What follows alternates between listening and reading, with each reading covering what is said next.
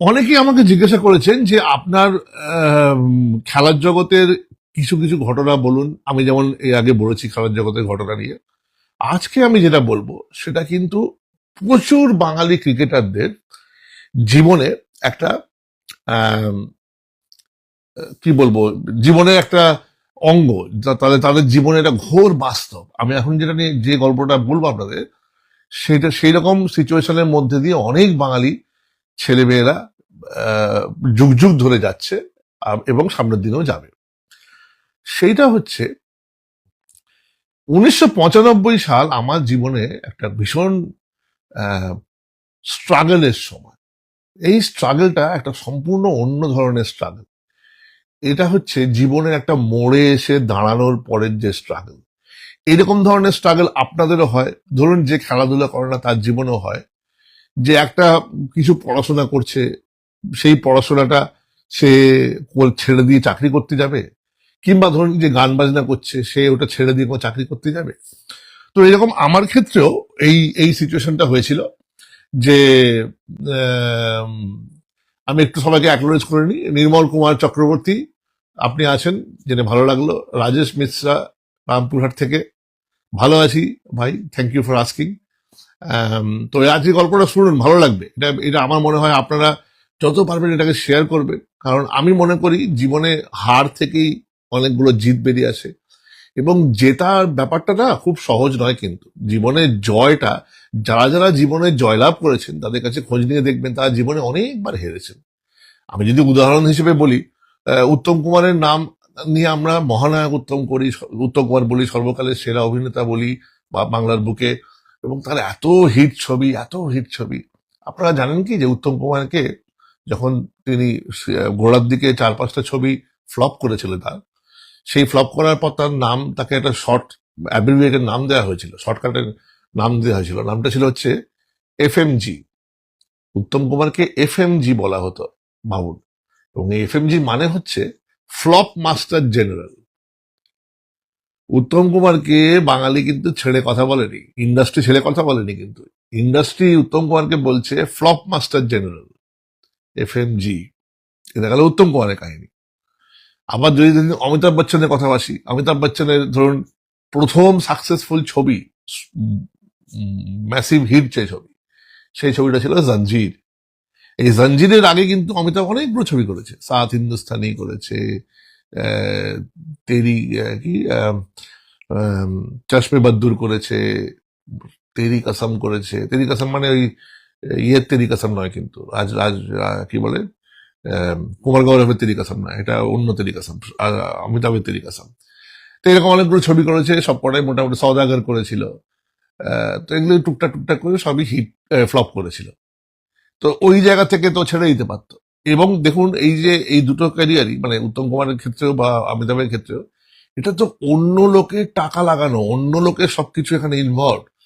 তো সেখান থেকে ওকে তো, মানে ও নিশ্চয়ই অনেকে অনেকে দুচ্ছাই করেছে, অনেকে নেগেটিভ কথা বলেছে, কিন্তু তারপরেও কিন্তু ওরা লেগেছিল। লেগে থাকার ফলে with time they did not leave the, মানে ট্রাস্ট ইন দেয়ার ক্যালিবার। তো ওইটা একটা খুব শিক্ষণীয় ছিল। এনিওয়ে, আমি আমার গল্পটা এবার আসি। সো একদম প্রথমে বলি যে 1995 সালে আমি কেন ওই স্ট্রাগলের কথা বললাম, কারণ ওই সময় আমার বাবা রিটায়ার করলেন। তা আমি কোন জায়গায় দাঁড়িয়ে আছি, জীবনের কোন মোড়ে দাঁড়িয়ে আছি। আমার তখন বয়স ধরুন নয় নয় করে ওই 22, 23, 24 বছর বয়স। 1995, হ্যাঁ 22 বছর মতো বয়স। তো বছর 22-এর ছেলে, তখন ক্রিকেটটা সবে দানা বেঁধেছে। তার কয়েক বছর আগেই ভালো কিছু পারফরমেন্স হয়েছে ওই সময়। মানে ক্রিকেটের আগুনটা, একটা 22 বছরের ছেলে তখন জাস্ট ক্রিকেটটা খুলছে তখন, তাই না?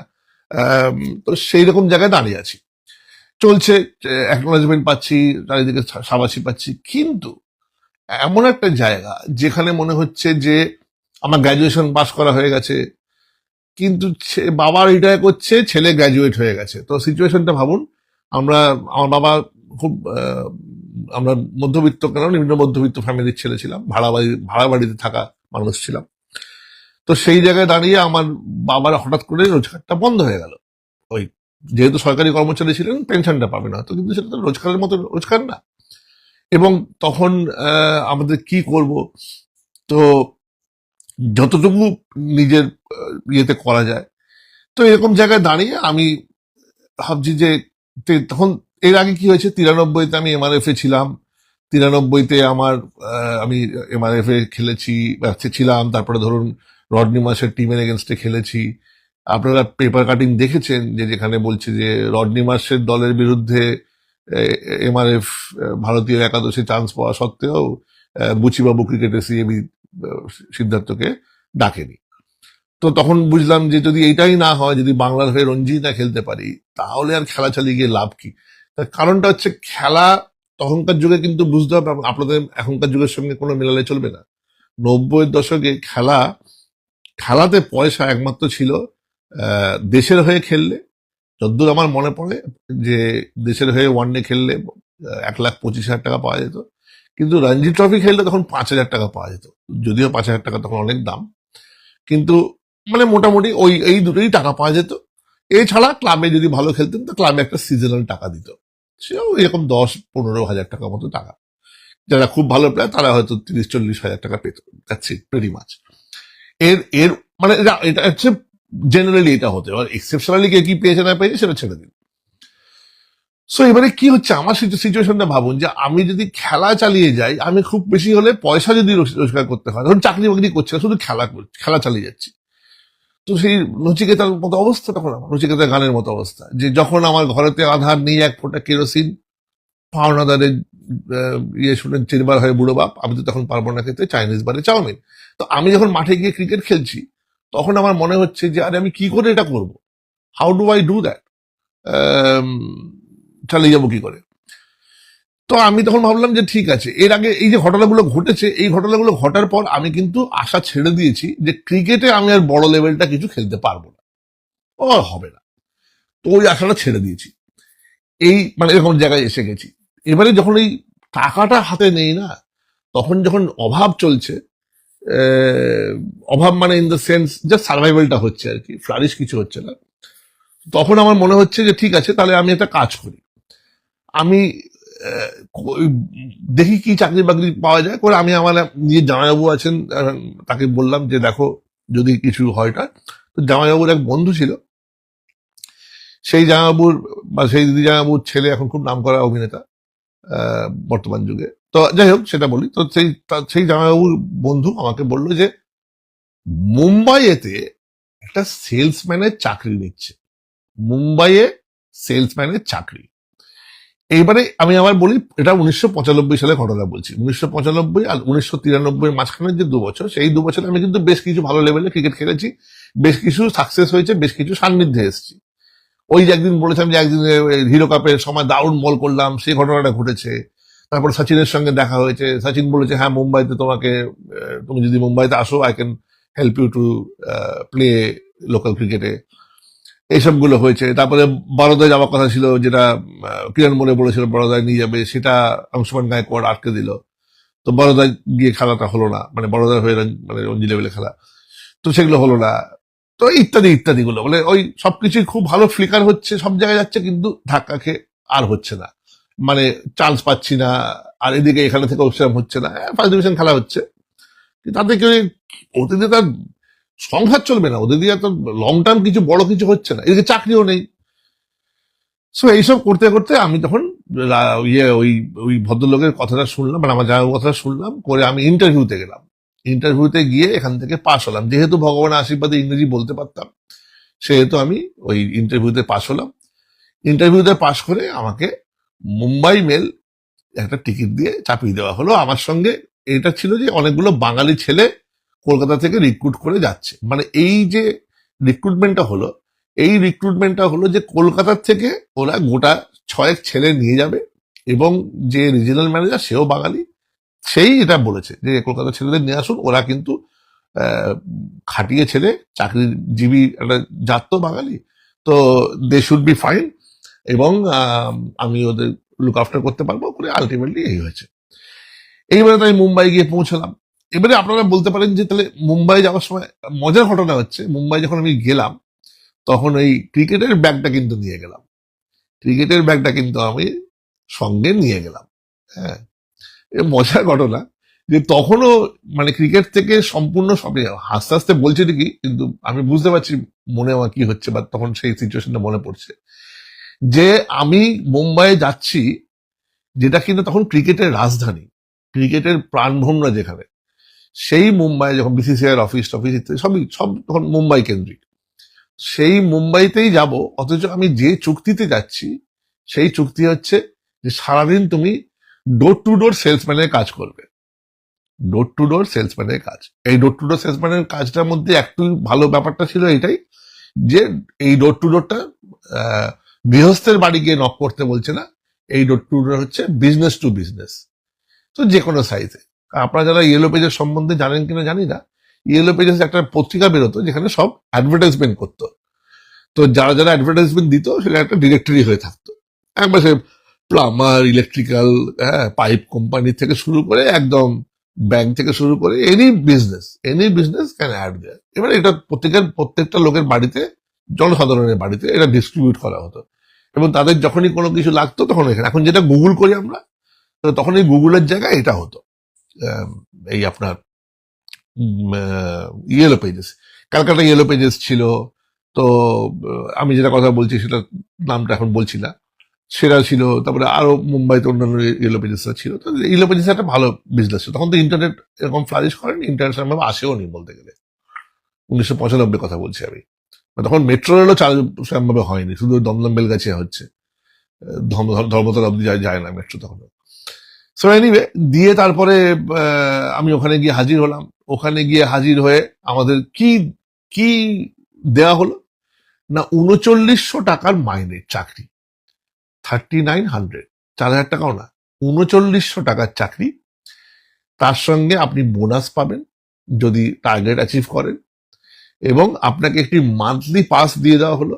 কারণ মুম্বাইতে তখন ট্রেন আর বাস চালায় হচ্ছে বিইএসটি, তো মানে sorry, Mumbai state transport, BST. আর ইয়ে দিকে হচ্ছে তোমার ট্রেন, আর ট্রেনেরও আবার ওই লোকাল ট্রেন, মানে সেন্ট্রাল ট্রেন বা ওয়েস্টার্ন লাইনের ট্রেন, এই দিয়ে দেওয়া হলো। আনলিমিটেড ট্রাভেল, মান্থলি টিকিট দিয়ে দেওয়া হয়, আনলিমিটেড ট্রাভেল, কোনো অসুবিধা নেই। এই আর থাকাটা হচ্ছে, আপনি যেখানে আমরা থাকতাম, গোকুলধামে থাকতাম, সেটা কিনা গোরেগাঁওতে। তো গোরেগাঁও স্টেশন থেকে একটা বাসে করে, গোকুলধাম থেকে একটা বাসে করে গোরেগাঁও স্টেশনে আসতে হতো। গোরেগাঁও স্টেশন থেকে ট্রেন ধরে আসতে হতো চার্চ গেট বা মেরিন লাইন্স। এই মেরিন লাইন্স এর পাশে আমাদের অফিসটা ছিল। পরবর্তীকালে আমি নারিমেন পয়েন্টও কাজ করেছি, বাট ঠিক আছে, মেরিন লাইন্স এর পাশে। এইবারে আমার কি হলো যে না, যেখানে থাকতে হবে সেটা হচ্ছে, আপনি যে ফ্ল্যাটটায় যে ভাড়া, মানে আমাদের যেখানে রাখলো ওরা, সেইখানে আমরা 3জন বাঙালি ছেলে পাশাপাশি থাকতাম, রাজেশ বন্দ্যোপাধ্যায়, অতনু ঘোষ এবং সিদ্ধার্থ ব্যানার্জি। তো 3জনই বাঙালি, এবং অতনুর সঙ্গে আমার এখনো যোগাযোগ আছে, রাজেশের সঙ্গে যোগাযোগটা নেই, বাট হয়ে যাবে হয়তো এর মধ্যে কোনো না কোনো ভাবে, গণমাধ্যমের মাধ্যমে। তো আমরা ওই সকালবেলায় উঠে 3 বাঙালি মিলে, বেশ মজাই থাকতো। কেউ চা বানাচ্ছে, কেউ ওই সময় চা বানাচ্ছে, যে অন্যজন চান করে নিচ্ছে। এবার যে চা বানিয়ে নিল, সে চাটা বানিয়ে দিয়ে চান করতে চলে গেল, যে চান করেছে সে বেরিয়ে এসে চাটা খেলো। এবারে সে আবার অন্য একটা কিছু হেল্প করলো। সো মোটামুটি একটা কমরাডারির মধ্যে দিয়ে চলতো। আর 3 নম্বর লোক 3জনেরই জামা ইস্ত্রি করে দিয়েছে, বিউটিফুল একটা ব্যাপার। সো দেখুন, এখানে ওই ওই যে টিম ওয়ার্কটা, এই এই এই এই এই কি বলবো, নিম্নবিত্তের মধ্যে একটা উচ্চবিত্ত মানসিকতা, মানে একটা উচ্চমানের মানসিকতা যাকে বলে, সেটা প্রস্ফুটিত হলো। যে আমরা একে অপরের সঙ্গে থাকলাম, অত্যন্ত সহৃদয় ভাবে ছিলাম, কোনো ঝামেলা হয়নি, কোনো কাঠি করাকরি হয়নি, একে অপরের পাশে সঙ্গী হয়ে দাঁড়াতাম ইত্যাদি। এবং এভরিথিং, ওরা জানতো আমি খেলাধুলা করি, তো ওরা কিছু সামনের দোকান থেকে ধরো কিছু খাবার কিনলো, সেই খাবার থেকে একটু এক্সট্রা রেখে দিল আমার জন্য। যদি হয়তো কলা 1 ডজন কেনা হয়েছে, 3জন আছি, যদি 1 ডজনের কথা ভাবি বা 6টার কথা ভাবি, 3 দুগুণে 6টা কলা খাওয়া উচিত, প্রত্যেকে 2টো করে অ্যালটমেন্ট হওয়া উচিত। ওরা কিন্তু আমার জন্য 3টে করে দিল, তোর জন্য একটা এক্সট্রা কলা। এগুলো বললে না এখন চোখ ফেলে জল আসছে, ভাবলে যে মানুষ কত তার নিজের এই ছোট্ট পরিসীমিত জায়গার মধ্যেও ভালো মানুষ হওয়া যায়। You don't always need money to become a good person. Good at heart, সহানুভূতিশীল, সহনশীল, আহ, তারপরে উপকারী একটা মানুষ, এগুলো হওয়া যায়। তো thanks to Atanu and Rajesh, I am really grateful for my entire life.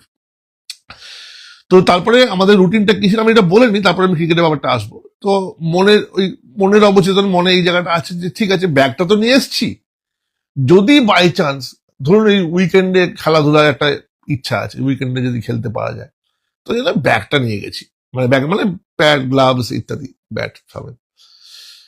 তখন অলরেডি আমার ব্যাট ফ্যাট হয়েছে, ব্যাট প্যাড গ্লাভস হয়ে গেছে। তো anyway, দিয়ে তারপরে আমি আছি, করতে করতে আমি চাকরিটা করতে যাচ্ছি। এবং রুটিনটা কি ছিল না, সকালবেলায় উঠে ওই বাসে করে আমি যেতাম, আমরা সবাই তিনজনে মিলে যেতাম, একসঙ্গে বেরোতাম, আমরা তিনজনে মিলে বাসে উঠতাম, বাস আমাদের স্টেশনে পৌঁছে দিত। স্টেশনে একটা ট্রেন আসতো যেটা হচ্ছে গোরেগাঁও লোকাল, মানে ওটা গোরেগাঁও অব্দি এসে আবার গোরেগাঁও থেকে যাবে হচ্ছে সিটিতে। তো ওইটা ধরতে পারার সুবিধা হচ্ছে যে আমাকে ফাঁকা ট্রেনটা পাচ্ছি, আমরা ফাঁকা ট্রেনে যদি লাফিয়ে উঠতে পারলাম। আর মুম্বাইয়ের ট্রেনের আপনারা কল্পনা করতে পারবেন না কিরকম ভিড় হয় বা কি হয়, দেখেছেন হয়তো ভিডিও টিডিওতে। তো ওই ট্রেনটা ঢুকতে ঢুকতে আপনাকে লাফিয়ে দৌড়ে উঠে যেতে হবে। ট্রেনটা যখন স্টেশনে ঢুকছে সেই সময় আপনাকে দৌড়ে উঠে যেতে হবে। এইবারে এই জায়গাটায় আমার দায়িত্ব ছিল কি, ভাই তুই ক্রিকেটার, তোর ফিটনেস আছে, তুই উঠবি। তো আমি ওই উঠতাম, আমার কাজের ছিল হচ্ছে ট্রেন আসছে, আমি ট্রেনে, আমি লম্বা চওড়া ছেলেও ছিলাম, গায়ের যদি মোটামুটি ছিল, লাফিয়ে উঠে খাপ করে এটা ধরে ফেলতাম। অনেকের থেকেই ফিট ছিলাম বলে একটু আগে উঠে যেতে পারতাম, উঠে গিয়ে জানলার ধারে সিট, এবং সেটা আবার সিটি ফেসিং জানলার ধার, যাওয়ার সময় মুখে হাওয়া আসবে। এরপরে কি হতো, অনেক সময় আমার সঙ্গে অন্যান্য লোকটা উঠতো, এবার দেখা গেছে দুটো সিট পাওয়া গেছে, 3 নম্বরটা পাওয়া যায়নি। তো তখন ওই আমরা এক্সচেঞ্জ করে করে যেতাম। আরেকটা কি করতাম না, আমরা ওই মধ্যে আমি দুটো জিনিস করতাম। একটা হচ্ছে আমরা ফিরতাম কিন্তু বিভিন্ন বিভিন্ন সময়, মানে কে যার যখন কাজ হয়ে যাচ্ছে সে সেরকম ফিরছে। তো বেশিরভাগ ফেরাটা আমার ছিল একা, আর যাওয়াটা ছিল ওদের সঙ্গে। তো যাওয়ার সময় আমরা ওই ওই আমাদের অ্যাটাচি মতো একটা দিত, মানে ব্রিফ কেস যাকে বলে, ওই ব্রিফ কেস কোলের ওপর রাজেশ রাখতো, রাজেশ ভালো তবলা বাজাতো, আমি গান গাইতাম। মানে প্রায় ওই স্টেশনের কি বলে ভিখারিদের মতো অবস্থা, ভিখারিদের অবস্থা আমরা সিটে বসে গাইছি। সিটে বসে আমি একটার পর একটা কিশোর কুমার আর কুমার শানুর গান গাইতাম, আর লোকে ওয়াওয়া করতো। সেই গানের চর্চায় থেকে কিন্তু আমি সেদিনকে আপনাদের যে ভিডিও টিডিও শেয়ার করলাম গান ফানের, ওই সব থেকেই হয়েছে সব, বুঝতে পারছেন, সব মিলিয়ে মিশিয়ে হয়েছে। তো ওই গান গাইতাম আর ও তবলা বাজাতো আর ওরা ওয়াওয়া করতো। তো মোটামুটি পপুলার এমন হয়েছে, যদি বলেছে কবি अगर आपको सीट ना मिले ना हम आपको बैठाएंगे बैठा के গান গানা গাওয়াएंगे। তো এইসব হতো, তো ওই পপুলারিটিটা হয়ে গেল। এই করে এইভাবে গ্যালাপিং ট্রেনটা হয়ে যেত, আন্ধেরি, আন্ধেরির পরে এক ধাপে ব্যান্ড্রা, ব্যান্ড্রার পরে এক ধাপে দাদা, তো এরকম ভাবে লাফি লাফি ট্রেনটা যেত। সো আলটিমেটলি মেরিন লাইন্সে পৌঁছে গেলাম। এই হচ্ছে শুরুয়াত। এবং সেখান থেকে কাজ করছি। কিন্তু তখন ওই যে বললাম গুগল নেই, ইন্টারনেট কিছু নেই, তো একটা ল্যান্ডলাইন ফোন আছে, অফিসের ল্যান্ডলাইন ফোন আছে, বাড়িতে ল্যান্ডলাইন ফোন আছে। তো ওর মধ্যে আমি ফোন করলাম বললো, ওর মধ্যে আমি খোঁজ খবর করতেলাম। এবার এই যে আমি হাঁটতে হাঁটতে সিটিতে ঘুরছি, ওই সিটিতে ঘুরতে বিভিন্ন মাঠ দেখতে পাচ্ছি। এবারে আপনারা যারা মুম্বাইতে কখনো গেছেন জানি না ঠিক, তো মুম্বাইয়ের অনেকগুলো মাঠ আছে। সিটির কাছে যে মাঠটা, সেই মাঠটার নাম হচ্ছে, এরকম যেমন মুম্বাই যেমন ধরুন শিবাজি পার্ক আছে যেটা কিনা দাদারে, তারপর ধরুন ক্রস ময়দান আছে যেখানে আমি খেলতাম, তারপরে ধরুন আজাদ ময়দান আছে। তো এরকম বেশ কিছু আছে বিভিন্ন লোকেশনে। তো মেরিন লাইন স্টেশন থেকে সব থেকে কাছের যে মাঠটা সেটা হচ্ছে ক্রস ময়দান। এবং এই ক্রস ময়দানে কাঙ্গালি খেলা হতো, সরি ক্রস ময়দানে বললে ভুল হবে, সারা মুম্বাই জুড়েই কাঙ্গালিক খেলা হতো, তো ক্রস ময়দানেও কাঙ্গালিক খেলা হতো। আর তো সেইখানে আমি ওই দেখছি সকালবেলায়, মানে ওই অফিস থেকে আর কি অ্যাক্সিডেন্টালি আমি কিন্তু ক্রস ময়দানটাকে অ্যাক্সিডেন্টালি দেখে ফেলেছি। এটা বড় মাঠ, প্রচুর ছেলে খেলছে। তা আমি হাঁটতে হাঁটতে চলে গেলাম মাঠের মধ্যে গিয়ে, ভাবুন গলায় টাই পরা, সিনটা ভাবুন, হাতে একটা ব্রিফ কেস, গলায় একটা টাই, এবং জামা প্যান্ট, মানে ফর্মাল জামা প্যান্ট পরা, জুতো। বাবু বেরিয়েছেন বেচতে, ক্রিকেটের সঙ্গে কোনো সম্পর্কই নেই, ক্রিকেটকে জলাঞ্জলি দিয়ে দিয়েছি। 22 বছর বয়সে আমি ক্রিকেটকে জলাঞ্জলি দিয়ে দিয়েছি। আমি দিইনি কিন্তু, আমাকে দিতে বাধ্য করেছে সমাজ, আমাকে দিতে বাধ্য করেছে পরিস্থিতি, আমাকে দিতে বাধ্য করেছে ক্রিকেট, বাংলার ক্রিকেট সংস্থার আহ, উদাসীনতা। Okay, anyway, coming back to this, then তখন আমি ওখানে গিয়ে বললাম যে এলাম একটা জায়গায় প্র্যাকটিস চলছে, ট্রেনিং প্র্যাকটিস চলছে। দিয়ে ওই যে কোচটা ছিলেন ওখানে, তাকে আমি গিয়ে বললাম যে আমি ক্রিকেট খেলতে চাই, তুমি ক্রিকেট খেলো? জানি না, চেনে না আমাকে স্বাভাবিকভাবে। হ্যাঁ, একটু আধটু খেলি। ওরে আমি দু এক কথা শুধু বললাম যে আমি এমআরএফ, যে আমি এমআরএফ ফাউন্ডেশনে ছিলাম বললাম, সঙ্গে সঙ্গে বললো ও আচ্ছা then you are really good, don't worry about it. তখন আর আমাকে বললো না যে ভাই দেখি, যে ভাই একটু বল করে দেখি কি তুমি এমআরএফ করেছো, যেটা এখানে হয়, বাংলা যেটা খুব হয়, কি করেছিস দেখি তুই। তো ওরা রেসপেক্ট করে দিল, বললো যে ঠিক আছে তাহলে তুমি যদি বলো তুমি কি ইয়ে, আমি অলরাউন্ডার, বোলিং অলরাউন্ডার। তারপরে ঠিক আছে, আমাদের লাইফে কবে আমি একটু খেলতে চাই, বলে প্র্যাকটিস করতে চলে এসো, আগে দু একটা ম্যাচ খেলো, মানে প্র্যাকটিস করো, তারপরে আমরা একটু দেখে নিই, খেলাবো ডেফিনেটলি তোমাকে, বাট তুমি এসো।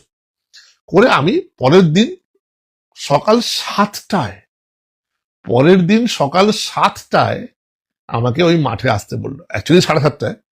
তো আমার 7:30টায় প্র্যাকটিসটা শুরু হবে, আমি তো 7:30টায় গিয়ে হাজির হতে পারি না, মানে আমাকে 7টায় মাঠে আসতে হবে, অ্যাটলিস্ট হাফ এন আওয়ার আগে এসে স্ট্রেচিং ফেচিং করা, জামা প্যান্টগুলো চেঞ্জ করা।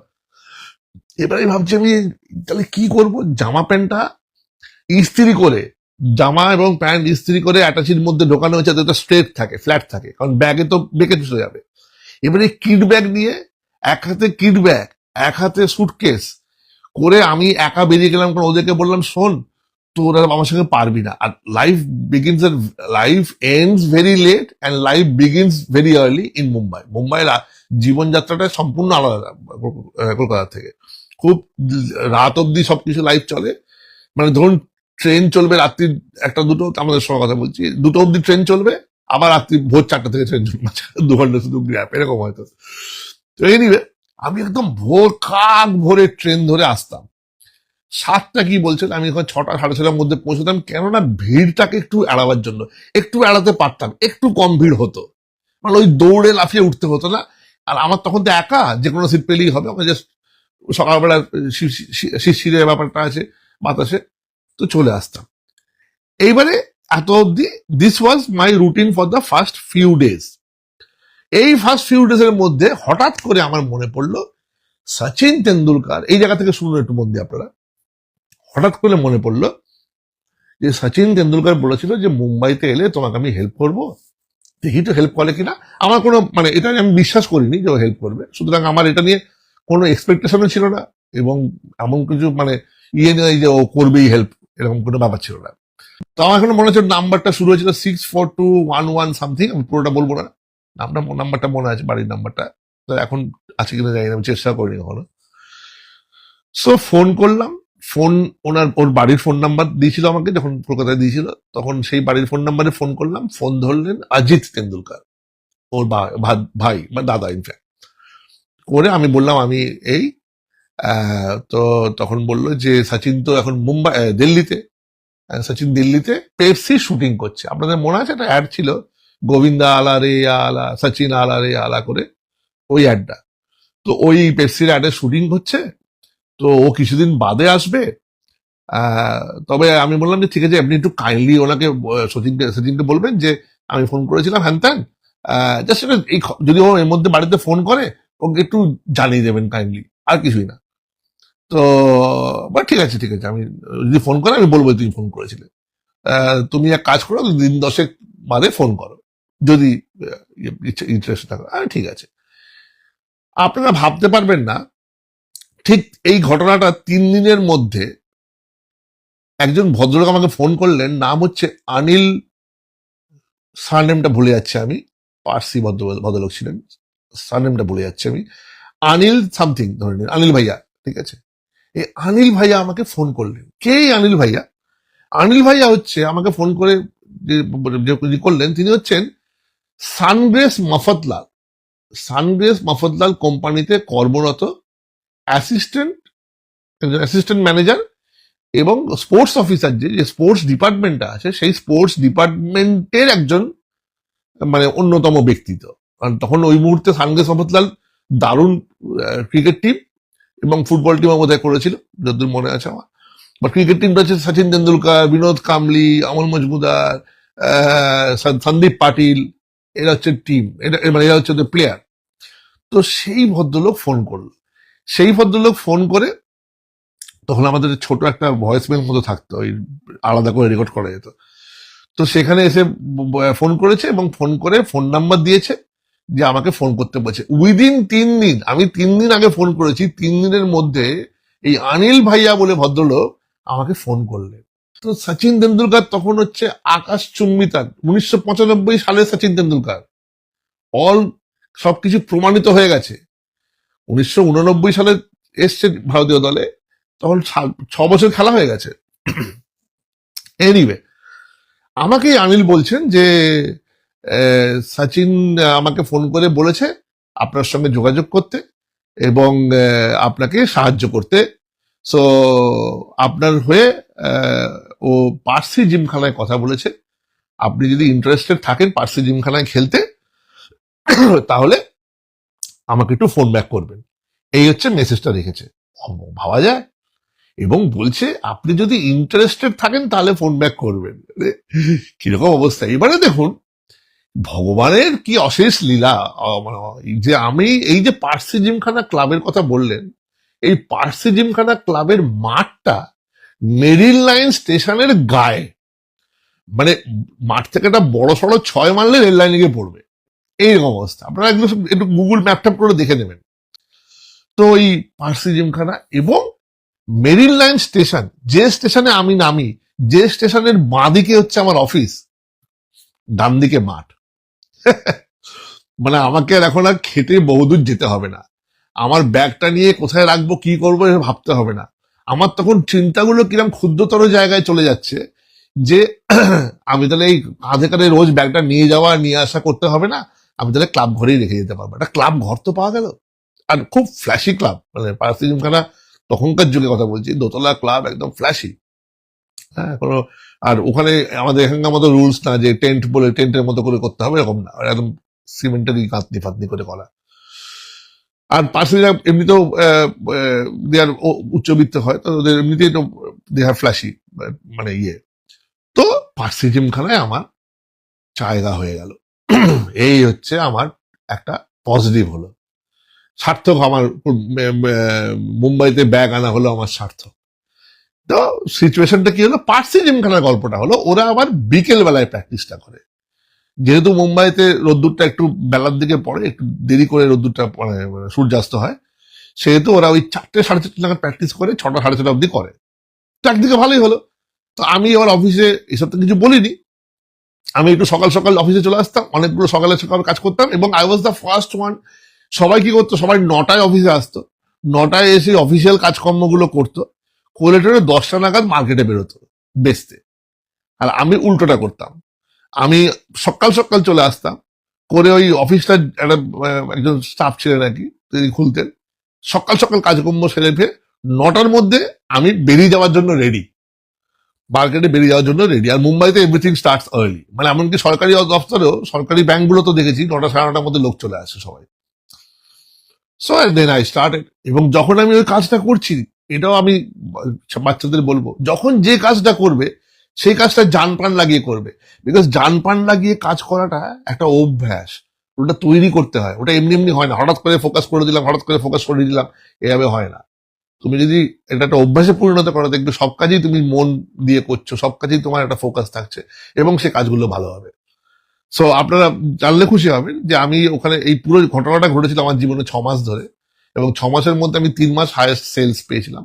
এবং যেখানে ওই মাত্র 3900 টাকা বেতনের চাকরি ছিল, সেখানে আমাকে 3 মাসের মধ্যে বেতন বাড়িয়ে দিয়েছিল এবং ওই এমপ্লয় অফ দ্য মান্থের জন্য সাউন্ড সিস্টেম গিফট করেছিল, ভিসিডি ফিসিডি সমেত, যেগুলো দেয়ই না, মানে মানে খুব মানে অযাচিত। ওখানে ওখানে সব তখন ভাবাই যায় না যেরকম এত গিফট দেবে লোকে তোকে, মানে কোনো কোম্পানি।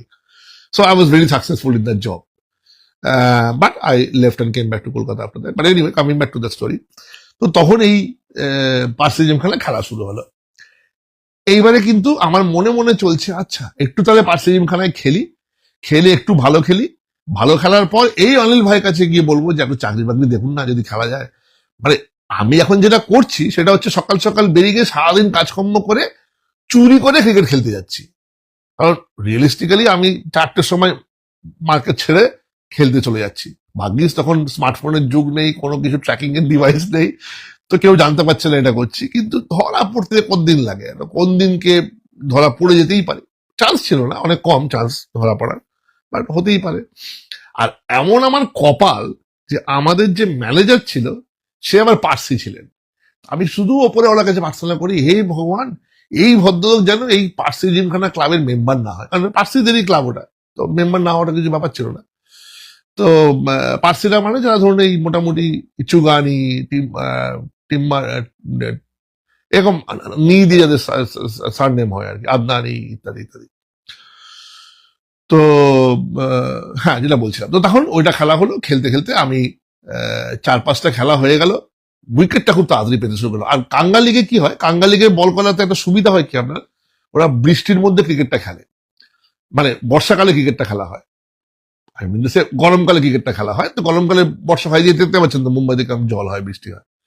তো ওই জন্য দৌড়চ্ছেন, ধরুন বল করতে দৌড়চ্ছেন, দৌড়তে দৌড়তে একটা ছোট্ট জলাশয় মাঠের মধ্যে, মানে জল জমে গেছে, জল পড়ে, সেটাকে ঘুরে আপনাকে গিয়ে বল করতে হবে। ঠিক আছে, এবং আপনি যখন বল করছেন দেখবেন আপনার বাঁদিকে সাইরাজ বাহু তুলে বল করছে, আপনার ওই মাঠটায় ওই কোনায় দেখবেন নীলেশ কুলকার্নি বল করছে, হ্যাঁ, তারপর দেখবেন ওইখানে দেখবেন পরাস মামরে বল করছে। মানে this R players from my time. মানে আমি বলতেছি যারা পরবর্তীকালে সবাই ইন্ডিয়া খেলেছে, ভালো লেভেলে খেলছে, মানে ভালো লেভেলে ক্রিকেটাররা খেলছে, কিন্তু এমন নয় যে। এবং একটা মাঠে আপনি যদি স্লিপে ফিল্ডিং করছেন দেখবেন আপনার পেছনে ওই মাঠে লং অন ফিল্ডিং করছে, বা উল্টোটাও হতে পারে, অনেক সময় স্লিপ আর ব্যাটসম্যানের মাঝখানে লং অন চলে আসে, থোড়া হাট হাট করে হাঁটাতে হয়, এইসব হয়, মানে গ্রাউন্ড ক্রস ওভার করে যায়, গিজ গিজ করছে মানুষ খেলছে ক্রিকেটে। এটা আমি বলছি 1995 সাল, এখনকার কথা আমি বলতে পারবো না। দিয়ে তারপরে আমি খেলা হলো, আমি আর ব্যাটিং এর সময় আরেকটা কি, বল যদি আপনি মারেন বল কিন্তু উইকেটে থপ করে যাবে, বল থমকে আসবে। কিন্তু যদি বল আপনি ছাড়েন, যেহেতু লাল মাটির উইকেট, বল যদি আপনি উইকেটটাকে ফ্লাই করান, স্কিড করান, যেটা কিনা মোহাম্মদ শামির যেরকম ডেলিভারি করে, ওই মোহাম্মদ শামির মতো লোকেরা কিন্তু মুম্বাইতে খুব সাকসেসফুল হবে, কারণ বলটা ওখান থেকে ফ্লাই করে উইকেট থেকে। তো আপনি মারলে সিনাত কিন্তু অত হবে না, কারণ উইকেটে মারলে বলটা থমকে স্লো আসবে, আর যদি আপনি স্কিপ করেন তাহলে উইকেটটা বলটা ফ্লাই করবে। তো ওটা তাড়াতাড়ি আমি বুঝে গেছিলাম, শিখে গেছিলাম। আর দিয়ে আমার তখন এই মোটামুটি গোটা 14টা উইকেট হলো, হ্যাঁ, 4-5টা ম্যাচে 14টা মতো উইকেট হয়ে গেল। আর রান করলাম 84, এখন আমার পরিষ্কার মনে আছে 84, 84 রান করেছিলাম, দুবার নট আউট, দুবার আউট, তাহলে অ্যাভারেজ হচ্ছে 42। ঠিক আছে, প্রাণে বল এলো যে 42 ব্যাটিং অ্যাভারেজ চলছে, 4-5টা ম্যাচে ভালো উইকেট হয়ে গেছে, আর আমাকে নিয়ে ভালো কথাবার্তা চলছে, তো একটা ভালো পরিবেশ তৈরি হয়েছে। এবারে মুম্বাইয়ে কিন্তু চাকরি স্পোর্টস কোটায় পাওয়া যায় প্রাইভেট কোম্পানিতেও, কারণ কলকাতাতে খুব একটা সেরকম ছিল না, কলকাতাতে সরকারি চাকরি পাওয়া যেত ক্রিকেটের জন্য, কিন্তু প্রাইভেট কোম্পানি দু একটা ছিল আর কি কলকাতায়, যেমন ধর হিন্দুস্তান সিলস, এম এন দাস্তুর, এরা ছিল। বাট আদার দেন দ্যাট খুব একটা কলকাতায় তখন চল ছিল না যে প্রাইভেট কোম্পানিরা ক্রিকেটের জন্য ইয়ে করছে, ঝাঁপিয়ে পড়ছে দল করার জন্য। মুম্বাইতে ছিল। তো মুম্বাই যে অফিস লিগটা খেলা হয়, সেই অফিস লিগটার নাম হচ্ছে পুলিশ শিল্ড টুর্নামেন্ট। ওই টুর্নামেন্টটার নাম হচ্ছে পুলিশ শিল্ড টুর্নামেন্ট। তো সবাই ওই পুলিশ শিল্ড টুর্নামেন্টের জন্য টিম বানায়। এই যত টিম বানানোর যে গল্প, সবাই ওইটার জন্য। ওই খেলাটা যদি জিততে পারে দেন ইটস আ প্রেস্টিজিয়াস ব্যাপার আর কি। তো এবারে ঠিক আছে, এটার বলার পেছনে একটা কারণ থাকবে, পরে বুঝতে পারবেন কেন বললাম, এই তথ্যটা কেন দিলাম। তো এবারে আমি এই করতে করতে বুকে বল নিয়ে, আর in the meantime Anil ভাই যোগাযোগ করছে, আমি আসা কোনো ডিস্টার্ব দিইনি, কোনো যোগাযোগও করিনি। আমি अनिल भाई के फोन করে বললাম, अनिल भाई ऐसा चल रहा है, ऐसा हो रहा है, मुझे अच्छा लग रहा है, फीलिंग अच्छा हो रहा है, तो एक बार देखिए ना, अगर सनराइजर्स मोहम्मदलाल में नौकरी मिल जाए तो कम से कम खेल सको, क्योंकि ये जो नौकरी है मेरा, ये तो स्पोर्ट्स कोटा में नहीं है ना, तो वो हो क्या रहा है, मेरी जिंदगी में कुछ आगे नहीं बढ़ पा रहा हूँ, हाँ मैं क्लब के तरफ से खेल रहा हूँ, लेकिन अगर क्रिकेटर बनना है मुझे तो ज्यादा वक्त देना पड़ेगा क्रिकेट के पीछे, मुझे एक्सरसाइज करना पड़ेगा, ये करना पड़ेगा, वो करना, তারপরে তনখা নেই না, মানে আমি তখন স্যালারি ভালো পাই না। তো পুরো জিনিসটা মানে যাকে বলে আমার দুঃখের কাহিনী আমি অনিল ভাইকে ভালো করে বুঝালাম। সো তারপরে আমাকে বললেন তাহলে আপনি একটা কাজ করুন, আমি হেমন্তজির সঙ্গে কথা বলে আপনাকে জানাচ্ছি। তো হেমন্তজিকে তোমাকে জানাচ্ছি, আমি তখন ছোট অনেক, তোমাকে জানাচ্ছি।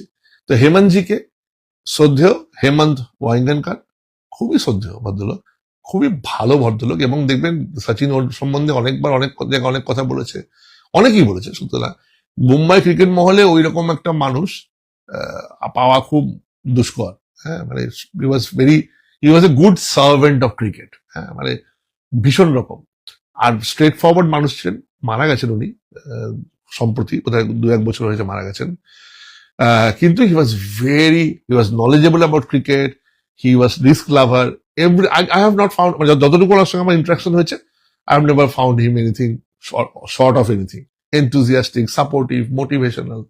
So I always have good things to talk about Hemantji. ভগবান উনকা আত্মা কো শান্তি দে। তো তারপরে তো ওনার কাছে ডাকলাম। তো এবারে আমার প্লাস পয়েন্টটা কি ছিল, আমার একটা সুন্দর ফোল্ডার সঙ্গে ছিল, যেখানে আমার কলকাতার ফার্স্ট ডিভিশন লিগের সব উইকেট গুলো ছিল, তারপরে ধরুন কি কি লেভেল খেলেছি, সার্টিফিকেট ইত্যাদি ইত্যাদি সবই তো ছিল। আর ছিল পড়াশোনাটাও ছিল, পড়াশোনায় মোটামুটি ভগবান আশীর্বাদে তখন ইংলিশ অনার্স গ্র্যাজুয়েট আমি ইত্যাদি। সো তারপরে ওইগুলো নিয়ে আমি হাজির হলাম সুন্দর করে সেজে গুজে গিয়ে। উনি ইন্টারভিউ নিলেন, উনি ইন্টারভিউটা খুব সুন্দর ইন্টারভিউ ছিল, মৌখিক ইন্টারভিউ। কি কি জানি পড়াশোনা সম্বন্ধে জিজ্ঞেস করলেন, কি কি ধরনের কাজ করতে পারি। তো আমার যখন লাইফ স্টোরিটা বললাম, তখন উনি বুঝতে পারলেন যে কোনো চাকরি আমি করে ফেলতে পারবো, যে इसमें अकल भी है थोड़ा और मेहनती भी है। কারণ আমি নিজে কাপড় জামা কাচা, ঘর ঝাড় দেওয়া থেকে শুরু করে, ইস্ত্রি করা থেকে শুরু করে, কাঁচা থেকে রান্না থেকে বাজার যাওয়া থেকে, এইটুকু বয়সে 22 বছর বয়সে সব করছি।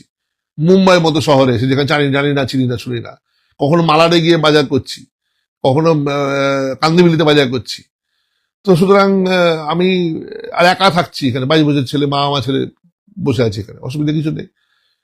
তো যদি এটা পারে আমি যে কোনো কাজই পারবো। তারপরে ধরুন সেলস করছি, লোককে কনভিন্স করে বিক্রি করছি, চাকরিটা 3 মাস হয়ে গেছে, ঠিকই আছি। তো তার মানে I am doing something well in that job. If I can sell, space selling মানে কি, আমি স্বপ্ন বিক্রি করছেন, কোনো প্রোডাক্ট তো নেই যে আমার এই বইতে অ্যাডভার্টাইজ করলে আপনার এই হবে, তাতে এই প্লাস পয়েন্ট হবে, তবে লোকে অ্যাডভার্টাইজ করছে, তার মানে স্পেস সেলিং করছি। তো হি ওয়াজ ভেরি কনভিন্স। তো আমাকে বললো তুমি এক কাজ করো, you keep on playing, I'll keep a track on you, আর তুমি একদিন সিসিআই তে এসে নেটে বল করো, আমাদের গেদে বল করো। তো আমি ঠিক আছে চলে গেলাম। তারপরে আমি একদিন বল করতে গেলাম, জান প্রাণ লাগিয়ে বল করেছিলাম।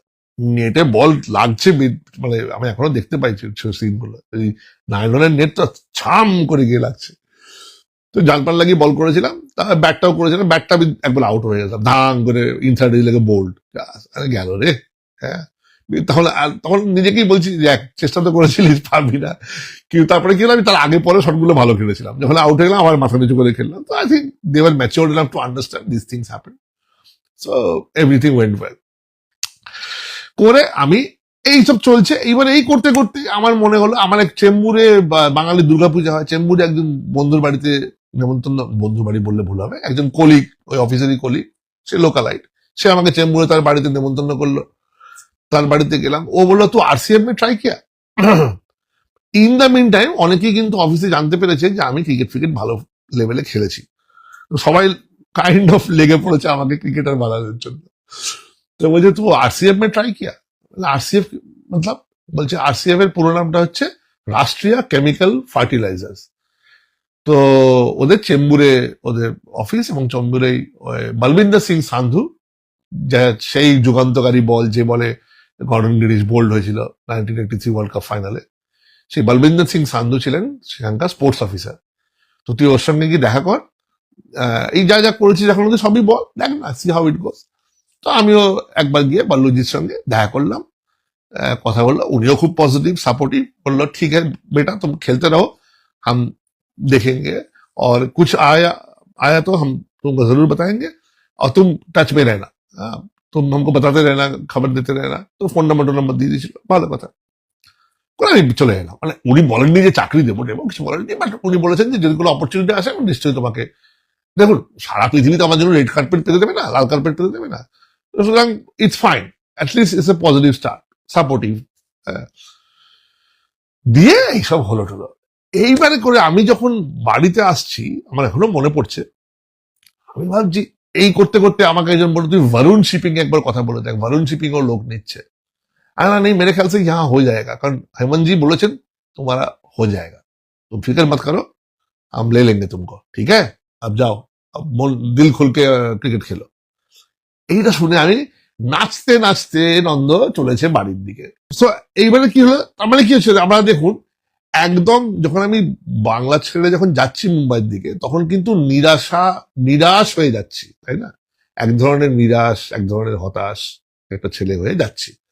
তার কারণ হচ্ছে ক্রিকেটটা ছেড়ে দিতে হচ্ছে, একটা 10টা-5টা চাকরি করতে হবে, তাও আবার মাল বেচার চাকরি, কে নেবে কে নেবে না, তারপর ওখানে একা থাকা, কষ্টের মধ্যে থাকা, ইত্যাদি ইত্যাদি গুলো, অল দ্য নেগেটিভস। এবং তার সঙ্গে সঙ্গে ব্যাগটা নিয়ে গেলাম, যদি একটু দেখি ছাই দেখবো, তাই পাইলেও পাইতে পারে অমূল্য রতন। তো সেই একটা মানে বিশ্বাস ঠিক নয়, একটা আস্থা নিয়ে ব্যাগটা নিয়ে যাওয়া আর কি, যে it may not be, it's not a probability, but it could be a possibility. সেই যে নেগেটিভ জায়গাটা থেকে হলো, কিন্তু আমার যেহেতু এটা নিয়ে আমার মনের অবচেতন জায়গায় আমার ছিল ব্যাপারটা কনস্ট্যান্টলি, তো সেই জায়গায় দাঁড়িয়ে আমি অপরচুনিটিটা কিন্তু খুঁজে যাচ্ছি। এবং দেখুন কিরম ভাবে টুক টুক করে এক একটা অপরচুনিটি হলো। আপনারা বলতে পারেন যে আমি লাকি, আপনারা বলতে পারেন যে সচিন যদি হেল্পটা না করতো তাহলে কিন্তু হতো না, সব মানছি, কিন্তু কোনোটা ছাড়াই কোনোটা হতো না। অনেক কিছু একসঙ্গে হলে তবে একটা কিছু হয়, তাই না? যে লোকটা এই যে বাঁশের প্যান্ডেল দেখেন, শুধু বাঁশ দিয়ে তো প্যান্ডেলটা হয় না, ওর মধ্যে কি ছোট ছোট দড়ির টুকরোগুলো লাগে, ওর মধ্যে ছোট বাঁশের টুকরোও লাগে, ওই বাঁশের খাঁচাটাকে ধরে রাখার জন্য আবার মাঝখানে ছোট কাঠের টুকরোটাও লাগে। So small things matter to give the full thing a format, a shape. সচিনের ওই হেল্পটা না পেলে আমার যেমন ক্লাবটা হয় না, আবার ক্লাবে গিয়ে আমি যদি একটা রান না করতে পারি, একটা উইকেট না নিতে পারি, তাহলে কিন্তু সচিনের মুখ পড়ে যায়, আমার মুখ পড়ে যায়, কোনো কিছুই এগোয় না। তাহলে আমাকে পারফর্মের জায়গায় করতে হচ্ছে। এই এই পারফরমেন্সের জায়গায় কিন্তু সচিন হেল্প করতে পারছে না, ওটা আমাকে হেল্প করতে হবে, ঠিক আছে? He can put me in a game, but ওই গেম থেকে খারে উতরানো যাকে বলে সেটা আমাকে করতে হবে। আবার যখন হেমন্তজির কাছে আমি গিয়ে অ্যাপয়েন্টমেন্ট পেলাম, ইট ইজ লাকি। অনিল ভাই আমার প্রতি সহৃদয় না হলে হেমন্তজির সঙ্গে আমার অ্যাপয়েন্টমেন্টটা হয় না, কিন্তু ওইখানে গিয়ে হেমন্তজিকে ইমপ্রেস করাটা, সেটার হোমওয়ার্কটা করে যাওয়া, সেটার দিকে মন দিয়ে করা, সেটা আবার আমার অধ্যাবসায়, সেটা আমার এফার্ট। তো এরকম বলছি যে কনস্ট্যান্টলি আপনি যদি রিইনভেন্ট করেন নিজেকে, এবং তাহলে দেখবেন যে কখনো কখনো ভাগ্য আর আপনি একে অপরকে হেল্প করছেন একটু এগিয়ে যাওয়া। কিন্তু এখানে আলটিমেটলি ভাগ্যের কাছে আমি হেরে গেলাম, and it's uncontrollable. So I have so far been controlling the controllable. এইবার চলে এলো একটা আনকন্ট্রোলেবল জিনিস, যেটা আমার হলো, মানে যেটা আমার কিছু করার নেই। তো এই আনকন্ট্রোলেবল জিনিসটা কি, এর আগে নভেম্বর মাসে 28 তারিখে একটা ঘটনা ঘটেছে, সেটা আমি বলবো একটু। সো এই করতে করতে হঠাৎ করে, এর আগে না এর পরেই বোধ হয়, আগে বা পরে ওখানে মনে নেই, বাট 27 নভেম্বর একটা হয়নি বলবো আমি, মনে করাবেন আমাকে দিয়ে, যেটার মধ্যে বাংলার উৎপল চ্যাটার্জি এবং বাংলার মানে যুগান্তকারী ক্রিকেটার উৎপল চ্যাটার্জি এবং অনিল কুম্বলে, এই দুজনেই এই গল্পের ভাগিদার ছিলেন। তো এনিওয়ে, তো তখন আমি ওইসব হয়ে যাওয়ার পর আমি যখন খুব নাচানাচি করছি যে এবার তাহলে আমার হয়ে গেল, চাকরি আমার বাঁধা, পুলিশ শিল্ডের এই নেটে গিয়ে বলও করে এসেছি, কাইন্ড অফ ট্রায়াল দিয়ে দিয়েছি, উইকেটও হচ্ছে, রানও আসছে টুকটাক, আমার চাকরি আটকায়। তারপরে ওরা শুনেছে সচিনের পীড়িতের লোক বা ইত্যাদি, তো সচিন নিশ্চয়ই আমার হয়ে যদি বলবেই নিশ্চয়ই, কেউ না কেউ হেমন্তজি সচিনকে বলবে, আরে ইয়ে লাগা কেসা হ্যাঁ, মুঝে তো ঠিকঠাক লাগা, যাই হবে। So I was very hopeful কি আমার চাকরিটা হয়ে যাবে, এবং সানডে সফলতা তো ম্যাসিভ, এবং যেহেতু আমি গ্র্যাজুয়েট, ভালো পদস্থ অফিসারের চাকরি পেতাম। হঠাৎ করে মুম্বাই ক্রিকেট অ্যাসোসিয়েশন একটা রুলিং নিয়ে এলো। সেই রুলিংটা কি না, পুলিশ শিল্ডে একটি কোম্পানি বা যে সংস্থা, যারা পুলিশ শিল্ডে যে সমস্ত সংস্থারা খেলছে, সেই সমস্ত সংস্থা তাদেরকেই দলে নিতে পারবে বা তাদেরকেই খেলাতে পারবে যারা কোম্পানির আহ, গত 5 বছর মুম্বাই বাসিন্দা এবং 5 years রেসিডেন্স ইন মুম্বাই এবং full time employee of the company. কোম্পানির full time employee, sorry full time permanent employee, মাফ করবেন, ফুল টাইম পার্মানেন্ট এমপ্লয়ি এবং আপনার কোম্পানিতে মানে মুম্বাইতে 5 বছরের বাসিন্দা। আমি তো 5 মাসেরও বাসিন্দা নই, আমি 5 মাসেরও বাসিন্দা নই, আর তখন অত জালিবাজি হতো না, এখনকার মতো তো তখন দুনিয়া ছিল না। আর আমিও খুব একটা জালিবাজি ফালিবাজি করিনি জীবনে, এসব পোষায় না। সো ওই ভাড়িয়ে দেওয়া, আমি এখানে এই লিখে দিত, ওই রেশন কার্ড করে দিত, ওই সব কিছু করিনি আমি। নেক ভাবে যা হয় তাই হবে। So all of a sudden I got completely disqualified to play ওই ওই ওই পুলিশ শিল্ডে খেলার কোয়ালিফিকেশন আমার নেই, কারণ আমি 5 বছর কেন 5 মাস নেই মুম্বাই তখন, যখন এই ঘটনাগুলো ঘটছে। এক, এবং আমাকে যেই চাকরি দেবে সেই আমাকে ডে 1 থেকে একদম পার্মানেন্ট চাকরি দেবে, এটা হবে না। সবাই মোটামুটি প্রবেশনারি চাকরিটা দেবে, তার 3 মাস বা 6 মাস প্রবেশনে থাকতে হবে। যে কোনো চাকরি 3 থেকে 6 মাস প্রবেশনে থাকতে হবে, এটা কোম্পানির পলিসি। যে কোনো কোম্পানি বলুন, যে কোনো সংস্থা বলুন, পলিসি থাকে। এবং সেই সময়টা দেখে নেওয়া হলো যে লোকটা, ছেলেটা ভালো কিনা, ছেলেটা চুরি চাকরি করছে কিনা, মিথ্যাবাদী কিনা, সময় মতো অফিসে আসছে কিনা, ব্যবহার কিরকম, এগুলো দেখে নেবে না। লোক যদি ভালো হয় না হয় তাকে তাড়িয়ে দেবে 6 মাসের মধ্যে, বা কাজের যদি না হয়, ভুলভাল করছে কাজকর্ম। সো আমাকে তখন অনিলজি একদিন ফোন করে বললো, ব্যাড নিউজ হ্যায় তোমারে লিয়ে। উনি আমাকে রিভিল করলেন পুরো খবরটা। আমি বললাম, तो इसका मतलब ये हुआ कि मेरा दरवाजा हमेशा के लिए बंद हो गया? बोला, देखो हमेशा के लिए तो नहीं, बट फिलहाल तो है। एंड हमेशा के लिए कि अगर ये रूलिंग बदले तो दरवाजा खुलेगा, अगर ये रूलिंग कब बदलेगा वो किसी को पता नहीं, रूलिंग कभी बदलेगा भी ये भी किसी को पता नहीं। রুলিংটা চেঞ্জ হবে কিনা সেটাই তো কেউ জানে না, রুলিং কবে চেঞ্জ হবে ছেড়ে দিন। আর তো আমার যতদূর মনে হয় তখন সুব্রত ব্যানার্জি, মহারাজ, এরা সবাই টাটার এমপ্লয়ি ছিল, তো ওরাও ইম্প্যাক্টেড হয়েছিল যতদূর আমার মনে হয়। জেনারেলি ওরা গিয়ে খেলতো ওখানে, জানি না, এটা আমার guesswork, I am not sure.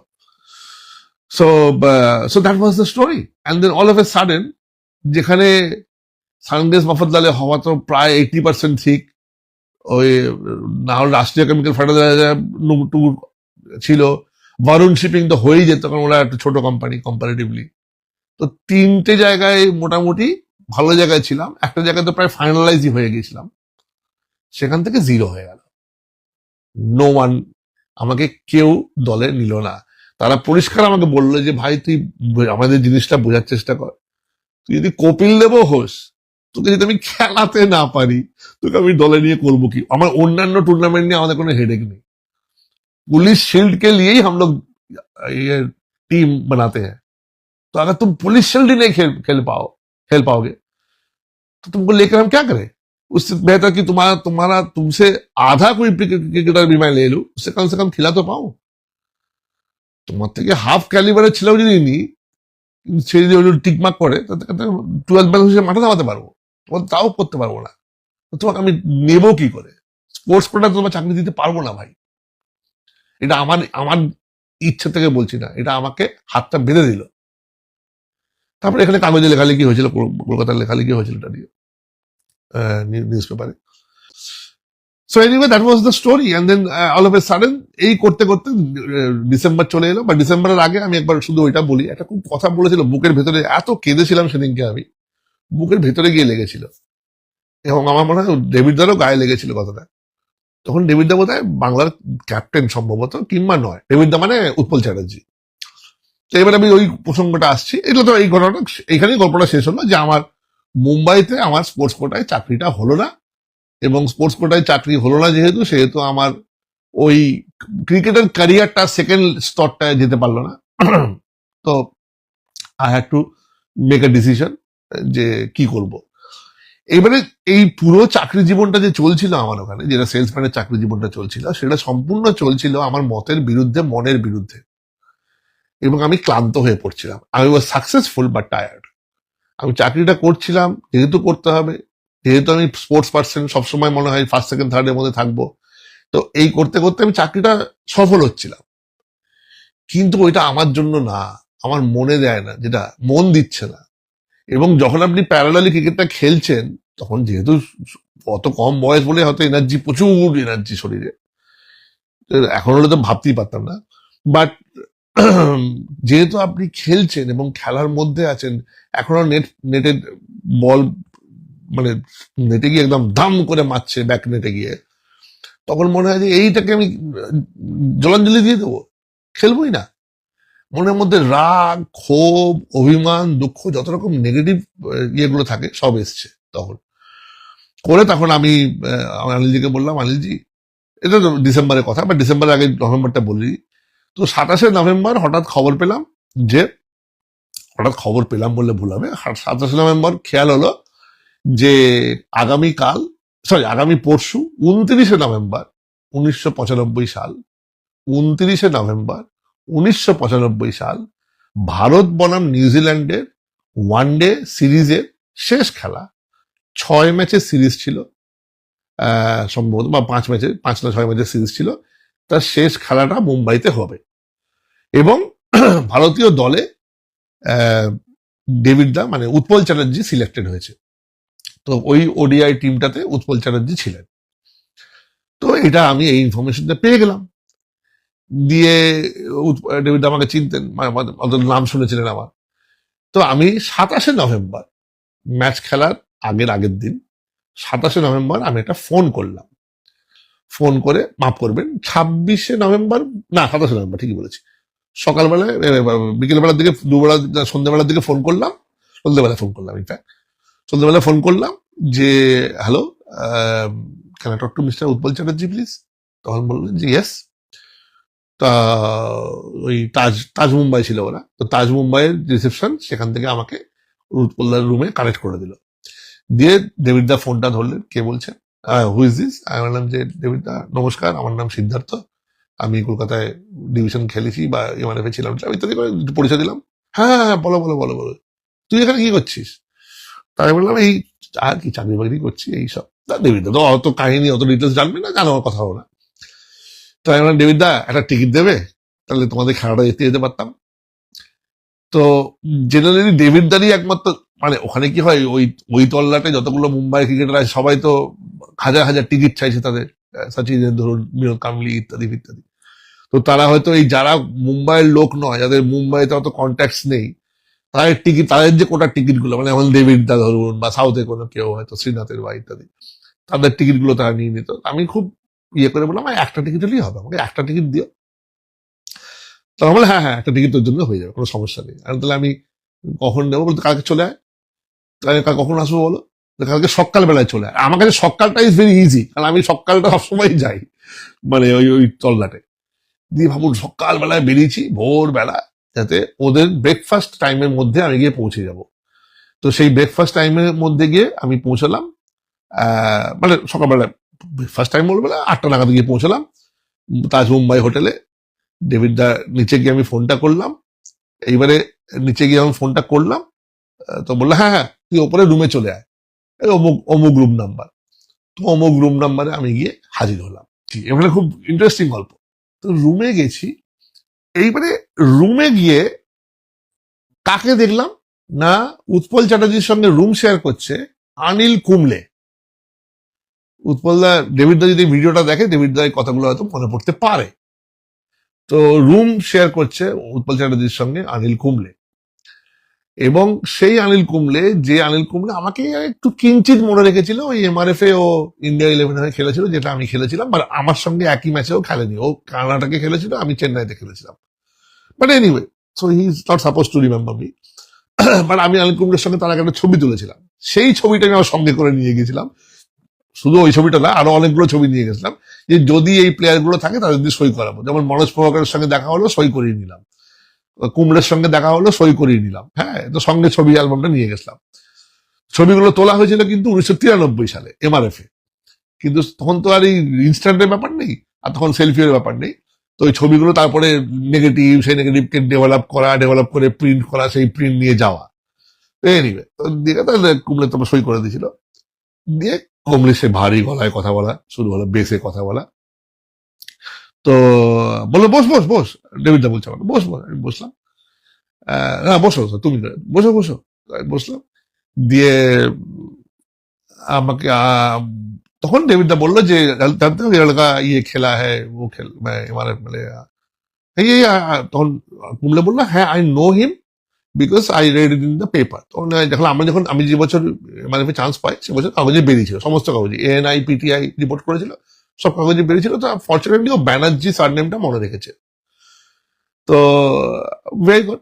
এইবারে কি হলো, ওই ওদের যে টেবিলটা ছিল ঘরের মধ্যে, সেই টেবিলটার ওপর মানে যেটা ধরুন এই টি টেবিলের মতো, ওই টেবিলটার ওপর একটা বাস্কেট অফ ব্রেড বানস ছিল, বাস্কেট অফ ব্রেড বানস ছিল, ঠিক আছে।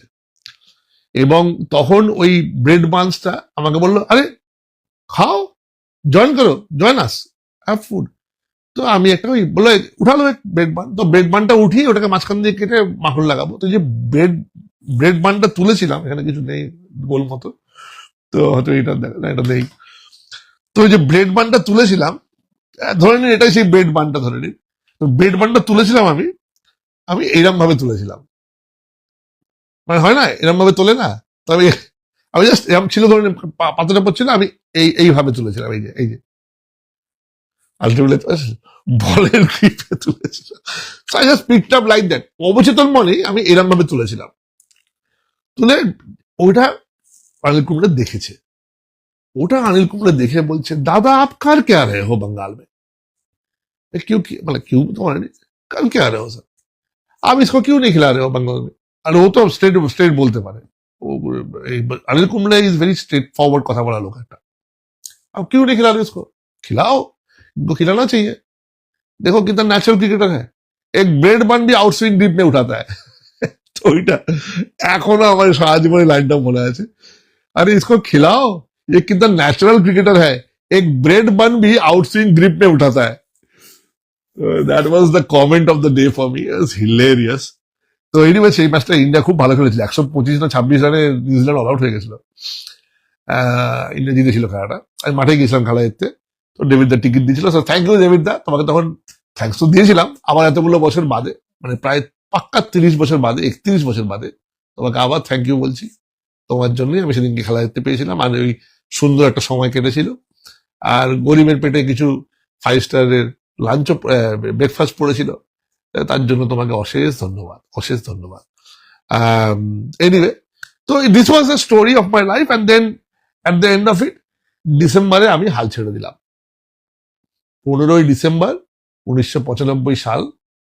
হাল ছেড়ে না বন্ধু বলেছিল সুমন ঠিকই, কিন্তু আমি হাল ছেড়ে দিলাম।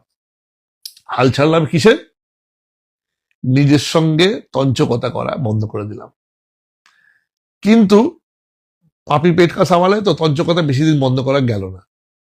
তো 15ই ডিসেম্বর আমি ছেড়ে দিলাম মুম্বাইয়ের চাকরি। সবাই বললো আরে কি পাগল নাকি চাকরি ছেড়ে দিচ্ছিস, শান্তনিতা इतना अच्छा चल रहा है तुम्हारा ये, अरे रह जाओ थोड़ा ठहर जाओ।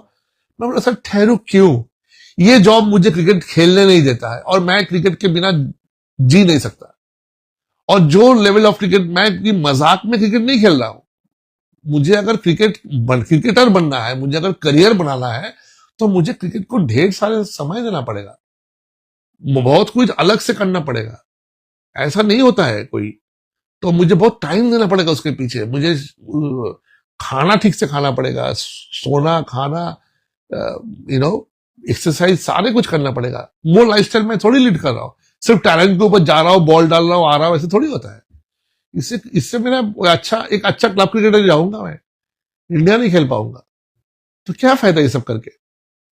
তো তখন আমি দিয়ে বাড়িতে বাবাকে ফোন করলাম, বাবাকে বললাম বাবা আমি ওখানে গিয়ে টিউশনি ফিউশনি কিছু পড়ে না, আমি খুব চেষ্টা করবো কিছু যদি করা যায়, আর নাহলে কলকাতায় চাকরি খুঁজে আমি দেখছি যদি করা যায়। তো তার বাবা বললো ঠিক আছে চলে আয়, কি করবি অসুবিধা নেই। তো আমি চলে এলাম। চলে এসে বুকের মধ্যে দাউ দাউ করছে আগুন, বুঝেছেন। তো তখন ওইখানে এসেই আমি সই করলাম স্পোর্টিং ইউনিয়ন ক্লাবে। স্পোর্টিং ইউনিয়ন ক্লাবে তখন তো সিজন শুরু হয়ে গেছে, অনেকটা সিজন হয়ে গেছে। আমি জানি না কি করে স্পোর্টিং ইউনিয়ন ক্লাব আমাকে তখন নিয়ে, এখন একদম মনে নেই আমার এটা, যে স্পোর্টিং ইউনিয়ন ক্লাব আমাকে কেন নিয়েছিল, আমি জানি না, এটা মনে নেই আমার। কি করে যে নিয়েছিল, ওই ডিসেম্বর মাসে সই করালো কি করে, বা কি করে কি হলো, আমার এখন এক্স্যাক্টলি মনে নেই এটা, সত্যি সত্যি বলছি। তার আগের বছর কি স্পোর্টিং এ খেলেছিলাম? হ্যাঁ সম্ভবত, রাইট রাইট রাইট, সম্ভবত তার আগের বছর স্পোর্টিং এ খেলেছিলাম। না, আগের বছর 94 কাস্টমসে খেলেছি আমি। সো আমার আমার মনে নেই কি করে স্পোর্টিং এ আমি চান্স পেলাম।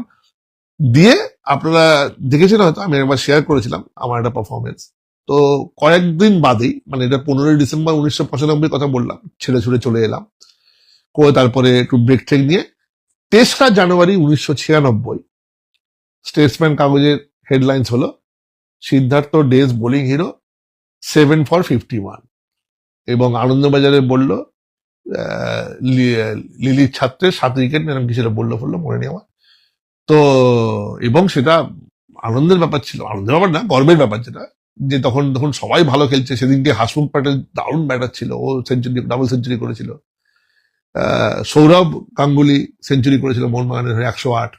তো যে দিনে সৌরভ গাঙ্গুলি 108 করেছে, অত এমিনেন্ট একটা লেজেন্ডারি ক্রিকেটার, সেই দিনে মানে মোহনবাগানের হয়ে খেলে 108 করেছে, হাসমুখ প্যাটেল 200 রান করেছে, এ তো সত্ত্বেও হেডলাইন্স দিয়েছে কিন্তু স্টেটসম্যান আমাকে, Siddhartha Dey's bowling hero 7 for 51। তার কারণটা হচ্ছে 7টা উইকেট পাওয়া, পেস বল করে কলকাতার মতো মাঠে, ছোট মাঠে, ঢ্যাপা উইকেটে, কারণ যে মাঠে, কোন মাঠে খেলা হয়েছিল, স্পোর্টিং ইউনিয়ন মাঠে, অর্থাৎ ফুটবল মাঠ, সাইডে বাউন্ডারি একদম এরকম পুশ করলেই ছোট। আমার মনে আছে, এখনো মনে আছে, বালিগঞ্জের সঙ্গে আমার খেলা পড়েছিল, রতন দাস বলে একটা ছেলে বল করতো, জোরে বল করতো, ও একটা 3 কোয়ার্টার বল করলো, আমি জাস্ট ব্লক করলাম, একটা স্ট্রং ব্লক করেছিলাম, এখনো মনে আছে। মানে ডিফেন্সিভ শট খেলেছি, কোনো ড্রাইভই করিনি, বলটা চাঁচা চাকা হয়ে 4 হয়ে গেল। আমি কি রে, মানে একটু টাইমিং করলেই 4 ওখানে, ছোট মাঠ না। তো সেই মাঠে আমি এরকম 7 উইকেট পেলাম। আবার তারপরে পোর্ট ট্রাস্টের সঙ্গে পেলাম 5 উইকেট। তো এনিওয়ে, তখন তখন আমি যেখানে আঘাত পেতাম না, সেখানে আমি ক্রিকেটটাকে খেলে জবাব দিতাম। মানে পোর্ট ট্রাস্টের সিলেকশন ট্রায়ালে গিয়ে আমি ভালো বল করেছি, বেশ ভালো বল করেছি, ইনডোরে খেলা হচ্ছে। এনিওয়ে, আমি এটা গল্পটা এখন বলতে চাই না, টাইমটা নষ্ট করে। তো back to the actual story. তো এসে ওই 7 উইকেট পেলাম, পরে ম্যাচে 5 উইকেট পেলাম, যেসব হলো, তো ওইটাই আমি বলার চেষ্টা করছি আপনাদের, বাচ্চাদের যারা ক্রিকেট খেলছো, যে খেলাটা যখন খেলবে, খেলার মাঠেই তোমার সবকিছু জবাব দিতে হবে। Whatever you think, whatever তোমার যা প্রতিবাদ, তোমার যা প্রতিশোধ, তোমার যা প্রতিরোধ, হ্যাঁ, যা কিছু তোমার প্রতিযোগিতা, তোমার তোমার মধ্যে জেতার বাসনা, যা যত রকম তোমার ইনস্টিংস আছে, positive instincts towards the game, ওই মাঠে সেটাকে প্রমাণ করতে হবে। আর যদি আরেকটা জিনিস হচ্ছে, যে যেহেতু তোমাকে মাঠেই প্রমাণ করতে হবে, ছাড়ার আগে কিন্তু ভালো লেভেলে গিয়ে তারপর ছেড়ো। আর স্বপ্নটা কখনো দেখতে ভুলো না। এবং এই যে 30 বছর আগের ঘটনা বলছি, তো এখন এত ডিটেলসে মনে আছে আমার, এতটাই রেখাপাত করে আছে আমার জীবনে। 30 বছর ধরে মনে মনে আমি করে গেছি যে রাজ্য দলে হয়ে খেলতে পেলাম না রে, রাজ্য দলে হয়ে খেলতে পেলাম না, রাজ্য দলে হয়ে খেলতে পেলাম না রে, রাজ্য দলে খেলতে পেলাম না। ভাগ্য আমাকে ঘোরাতে ঘোরাতে ঘোরাতে ঘোরাতে ঘোরাতে ঘোরাতে অনেক ক্রিকেট খেলি, তারপরে ইংল্যান্ডে খেলতে গেছি, এই করেছি, অস্ট্রেলিয়া গেছি, সবই হয়েছে, কিন্তু রাজ্য দলে হয়ে কখনো খেলতে পারিনি। করতে করতে করতে করতে আজ এই বুড়ো বয়সে স্বপ্নটা কখনো দেখা ছাড়িনি বলে, ওই জেদটা অবচেতন মনে রয়ে গেছে বলে, পায়ে ব্যথা কোমরে ব্যথা নিয়েও ক্রিকেট খেলতে গিয়েছি বলে, নেশার জায়গা থেকে, যে শেষ চেষ্টা করে যাবই আমি। করতে করতে করতে ভগবানের কত বড় আশীর্বাদ আমার উপর, যে আমি 2025 সালে একটা বিদেশের মতো জায়গায়, যেটা Australia is one of the highest rank countries in cricket, in any forms of cricket, তো সেইখানে, সেই দেশে, এবং আমি শ্বেতাঙ্গ নই, আমি কৃষ্ণাঙ্গ বা হোয়াট এভার, বা ব্রাউন ক্রিকেটার। সো সেই সমস্ত যদি আপনার অবচেতন মনে হীনমন্যতা গুলো থাকে, সেগুলো না সাইডে রেখেও আমি জাস্ট ওই নেটে ভালো ব্যাট ভালো বল, ম্যাচে ভালো ব্যাট ভালো বল, এর ওপর ভরসা করে এগিয়ে তখনও গেছি, এখনো এগোচ্ছি, চেষ্টা করেছি। এই করতে করতে আলটিমেটলি ভগবান কিন্তু মুখ তুলে চেয়েছে। আলটিমেটলি কিন্তু 2025-এ আমি এই অস্ট্রেলিয়ার এই ভিক্টোরিয়া রাজ্যের 50 ঊর্ধ্বর যে রাজ্য দল, ক্রিকেট অস্ট্রেলিয়ার যে রাজ্য দল, মানে ক্রিকেট ভিক্টোরিয়া, মাফ করবেন, ক্রিকেট ভিক্টোরিয়া যে রাজ্য দল, সেই রাজ্য দলের হয়ে আমি চান্স পেলাম। এবং রাজ্য দলের হয়ে শুধু চান্স পেলাম না, রাজ্য দলের হয়ে ন্যাশনাল টুর্নামেন্ট খেললাম।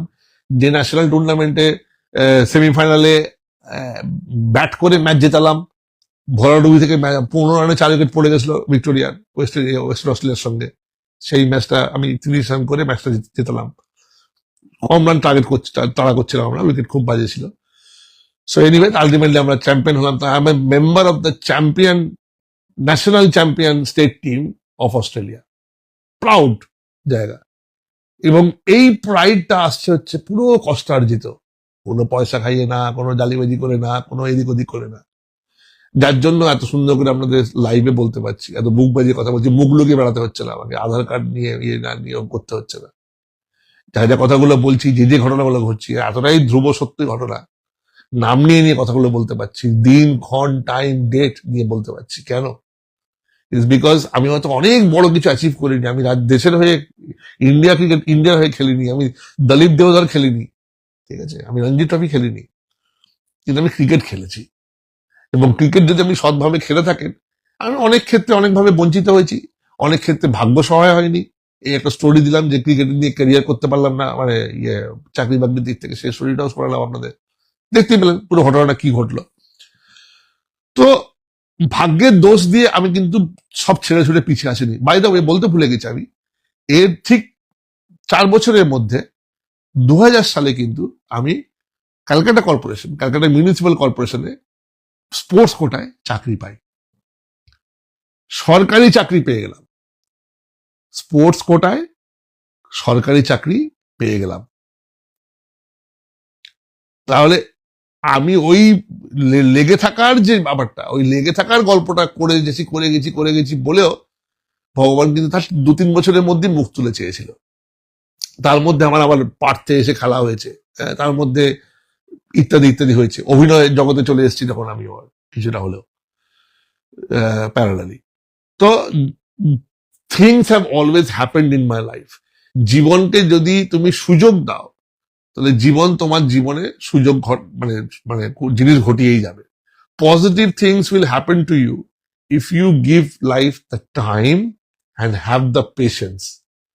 এবং এই পেশেন্সটা, এই টাইমটা কিন্তু আপনাকে খুব বুদ্ধিমানের মতো ইনভেস্ট করতে হবে। আপনি সারাদিন ধরে দেওয়াল ঠেললাম, আমাকে এসে বললেন দেখুন আমার কিন্তু অধ্যাবসার কোনো অভাব নেই, আমি কিন্তু সরল বিশ্বাসে কিন্তু রোজ যাচ্ছি দেওয়াল ঠেলে চলে আসছি, না, ওটা বোকামো, ঠিক আছে, ওটা সরলতা না, ওটা বোকামো। So yes you have to give patience, yes you have to stick to a task, but make sure you are constantly reality check করছে।